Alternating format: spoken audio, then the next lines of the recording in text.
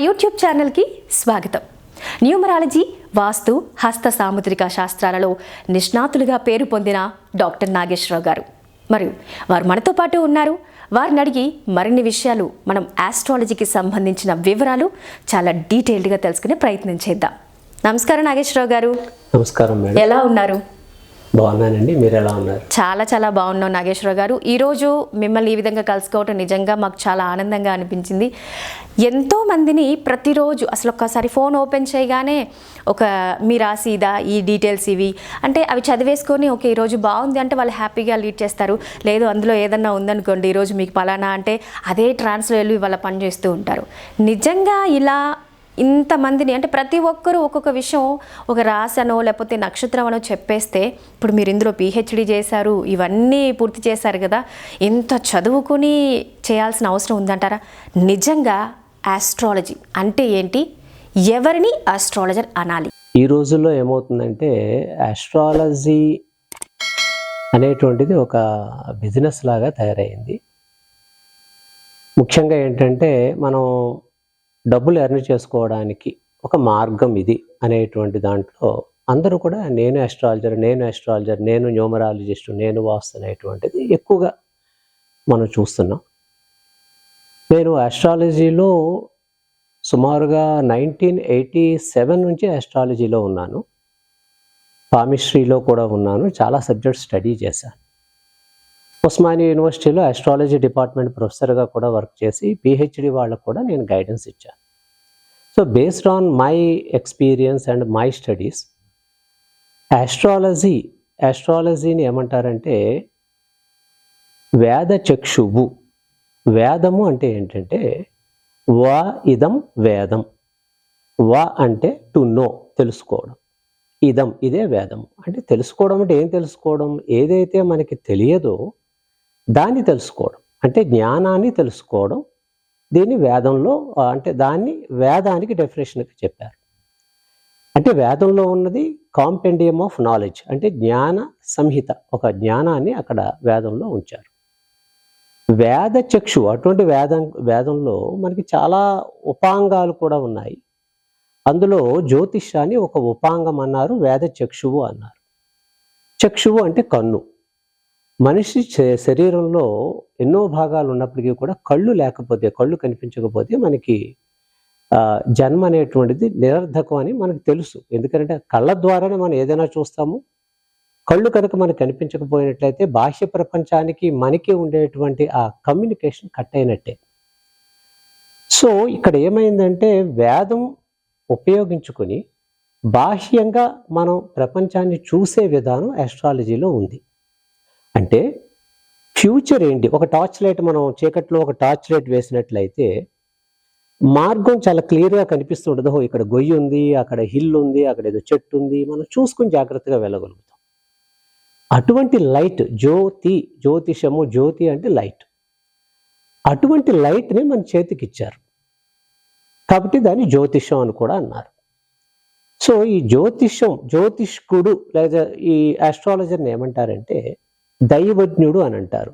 దైవ అంటే గాడ్, అజ్ఞుడు అంటే ఆయన మనస్సులో ఏముందో చూసి మనకి చెప్పేవాడు. అంటే దేవుడు నీకు ఏం డిసైడ్ చేశాడు, ఈ జీవితంలో నువ్వు ఎలా ఉంటావు, ఏమేమి విషయాలు నువ్వు ఎదుర్కోవాల్సి వస్తుంది, ఎక్కడెక్కడ నువ్వు హ్యాపీగా ఉంటావు, ఎక్కడెక్కడ ఛాలెంజెస్ ఉంటాయి లైఫ్లో. ఛాలెంజ్ అంటే ఒక ట్రబుల్ వచ్చినప్పుడు మనం ఎలా ఎదుర్కోవాలి, ఇవన్నీ కూడా దేవుడు ఏం ఆలోచిస్తున్నాడు మన గురించి, ప్రతి వ్యక్తి గురించి దేవుడు ఆలోచిస్తాడు. అంటే ఏ జన్మ కూడా నిరర్ధకమైనది కాదు.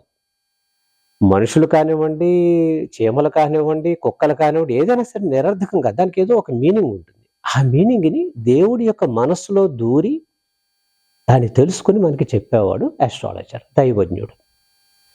సో ఆస్ట్రాలజర్ అనేటువంటిది కొంత క్లారిటీ వచ్చింది. అయితే ఆస్ట్రాలజర్కి ఏ లక్షణాలు ఉండాలి అనేటువంటివి మన వాళ్ళు ఆల్రెడీ గ్రంథాల్లో నోట్ చేశారు. అంటే వరాహమిహిరుడు, కళ్యాణవర్మ, కాళిదాస, మంత్రేశ్వర, ఇలా చాలామంది వాళ్ళు పుస్తకాలు రాసినప్పుడు వాళ్ళు ఏం చేశారంటే ఇందులో ఆస్ట్రాలజర్కి కంపల్సరీ లక్షణాలు ఉండాలి అని చెప్పారు. మొదటి లక్షణం ఏంటంటే astrologer must be a scholar. అంటే అతను చాలా శాస్త్రాలన్నీ కూడా చదువుకున్నటువంటి పండితుడై ఉండాలి. ఇది మొదటిది. సెకండ్ వాళ్ళు చెప్పింది ఏంటంటే astrologer should be having soft conduct. అంటే అతని ప్రవర్తన చాలా సున్నితంగా అవతల వాళ్ళతో మాట్లాడేటప్పుడు చాలా జాగ్రత్తగా ఉండాలి. థర్డ్ థింగ్ ఏమన్నారంటే he must not be greedy about money.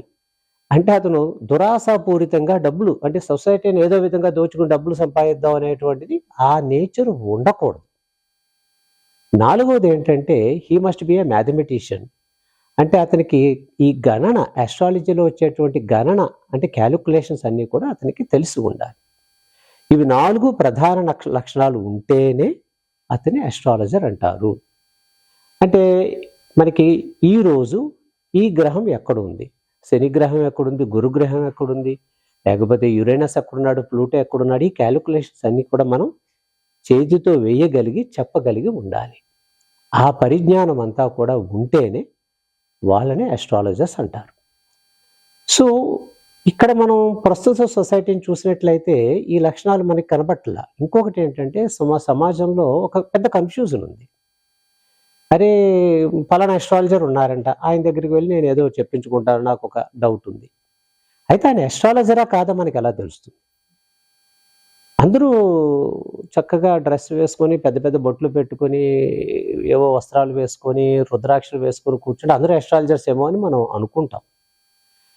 యాక్చువల్గా ఆస్ట్రాలజర్ని టెస్ట్ చేయడానికి నా ఎక్స్పీరియన్స్లో నేను ఆలోచించింది ఏంటంటే, ఒకటి ఆస్ట్రాలజర్ అనేటువంటి వాడు ఆస్ట్రాలజర్ ఫ్యామిలీలో పుట్టి ఉన్నట్లయితే వాడికి ఎంతో కొంత ఆస్ట్రాలజీ నాలెడ్జ్ ఉంటుంది. ఇది టెస్టింగ్ పాయింట్ నెంబర్ 1. నెంబర్ 2, లేదు అతను ఆస్ట్రాలజీ ఫ్యామిలీలో పుట్టలేదు, వాళ్ళ డాడీ వాళ్ళు ఎవరు ఆస్ట్రాలజర్స్ కాదు. ఫర్ ఎగ్జాంపుల్ మా డాడీ ఆస్ట్రాలజర్ కాదు, మా తాతయ్య గారు పురాణ ప్రవచనం అవి చేసేవారు. నేను పుట్టిన తర్వాత కొంతకాలానికి ఆయన చనిపోయారు. సో ఆయన ఏదో రామాయణం భారతం వీళ్ళందరికీ పురాణాలు అప్పట్లో చెప్పేవారు. ఆయన ఆస్ట్రాలజర్ కాదు. అటువంటిప్పుడు మనం ఆస్ట్రాలజర్ ఎలా అవుతాం అంటే ఒక గురువుని ఆశ్రయించి గురుముఖతః మనం నేర్చుకున్నట్లయితే అతన్ని ఆస్ట్రాలజర్ అనొచ్చు. ఇది కూడా కాదు, కొంతమందికి గురువు దొరకరు కానీ ఆస్ట్రాలజీ మీద తీవ్రమైన కోరిక ఉంటుంది నేర్చుకోవాలని. అప్పుడు మరి ఆస్ట్రాలజీ ఎలా నేర్చుకోగలుగుతారంటే ఏదైనా క్వాలిఫైడ్ మంచి యూనివర్సిటీలో చేరి రెగ్యులర్గా చదివి ఆ ఎగ్జామ్స్ అన్నీ పాస్ అయ్యి అక్కడ కొంతమంది గురువులతో కాంటాక్ట్లోకి వస్తాం. కాబట్టి ఫర్ ఎగ్జాంపుల్ మేము ఎంఏ ఆస్ట్రాలజీ చేసినప్పుడు మాకు సుమారుగా 10 సబ్జెక్టులు చెప్పడానికి 10 మంది గురువులు వచ్చేవారు. వాళ్ళతో మనం ఇంటరాక్ట్ అయ్యి మాట్లాడి నేర్చుకుంటున్నప్పుడు మరికొన్ని విషయాలు మనం నేర్చుకోగలుగుతాం. సో ఈ 3 సందర్భాలు లేనివాడు ఆస్ట్రాలజర్ కాదు, మిగతా వాళ్ళంతా ఫేక్ ఆస్ట్రాలజర్స్. అంటే మీరు ఇది అబ్జర్వ్ చేస్తే 90% ఆస్ట్రాలజర్స్ ఇప్పుడు ఉన్న సమాజంలో 90% ఆస్ట్రాలజర్స్ అని చెప్పుకునే వాళ్ళు రియల్గా ఆస్ట్రాలజర్స్ కాదు. అంటే మొదటిది గురుముఖతః ఆయన నేర్చుకోవాలి, రెండవది వాళ్ళ ఫ్యామిలీలో ఎవరన్నా వాళ్ళ డాడీ తాతల దగ్గర నుంచి అయినా నేర్చుకోవాలి, మూడవది యూనివర్సిటీ నుంచి క్వాలిఫై తనకు తాను సాధన చేసైనా నేర్చుకోవాలి. ఈ 3 లేదనుకోండి ఎలా వస్తుంది ఆ సబ్జెక్టు? ఆస్ట్రాలజీ అనేటువంటిది అంత ఈజీ కాదు. అంటే మనకి ఒక విధంగా ఈజీనే కరెక్ట్గా స్టడీ చేస్తే, లేకపోతే మన కన్ఫ్యూజన్స్ ఉంటాయి. ఈ కన్ఫ్యూజన్స్ క్లియర్ చేయడానికి గురువు అవసరం. కాబట్టి ఆస్ట్రాలజీ ఈ 2 కూడా మన సొసైటీకి చాలా నీడ్ ఉన్నది. అంటే రియల్ ఆస్ట్రాలజీ అనేటువంటిది నీడ్ ఉన్నది. ఫర్ ఎగ్జాంపుల్ లేటెస్ట్ టైమ్స్లో బివి రామన్, బెంగళూరు వెంకటరామన్ గారు ఆస్ట్రాలజీలో ఇంచుమించుగా 60 సంవత్సరాలు ఆయన కృషి చేసి ఒక మ్యాగజైన్ కూడా రన్ చేసి, ఆస్ట్రాలజికల్ మ్యాగజైన్ రన్ చేసి చాలా పుస్తకాలు కూడా రాసి ఆస్ట్రాలజీ అనేటువంటిది సైన్సు అని సైంటిస్టులు కూడా ఆయన ఛాలెంజ్ చేసి పుస్తకాలు రాశారు. రీసెంట్గా ఆయన చనిపోయారు. సో ఈ విధమైనటువంటి పరిజ్ఞానం ఉంటేనే, అటువంటి వాళ్ళని మనం కాంటాక్ట్ చేస్తేనే రియల్ ఆస్ట్రాలజీ అనేటువంటిది ఏంటి అనేటువంటిది మనకు తెలుస్తుంది. అసలు మన దేశంలో ఆస్ట్రాలజీ అనేది ఎప్పుడు మొదలైంది? విదేశాల్లో కూడా ఉంది కదా, మరి వాళ్ళు ఎలా నేర్చుకున్నారు? భరతఖండం అనేటువంటిది ఇప్పుడు చూస్తున్నటువంటి భారతదేశం కాదు. ఇంచుమించుగా మనం అమెరికా నుంచి కూడా, అంటే అమెరికా ఎల్లల వరకు మనం వెళ్ళగలిగాం. అంటే గ్లోబ్కి ఇటు సైడ్ నుంచి ఆ వైపు కూడా వెళ్ళాం. ఫర్ ఎగ్జాంపుల్ కపిల మహర్షి భారతదేశం నుంచి అమెరికా వెళ్ళిపోయాడు ఆయన. అందుకనే ఆయన ఎక్కడైతే ఉన్నాడో దాన్ని కాలిఫోర్నియా అన్నారు. కపిల మహర్షి కాలిఫోర్నియా. అంటే ఒక గ్లోబ్ నుంచి ఈ వైపు నుంచి ఆ వైపు కూడా మన వాళ్ళు వెళ్ళగలిగారు.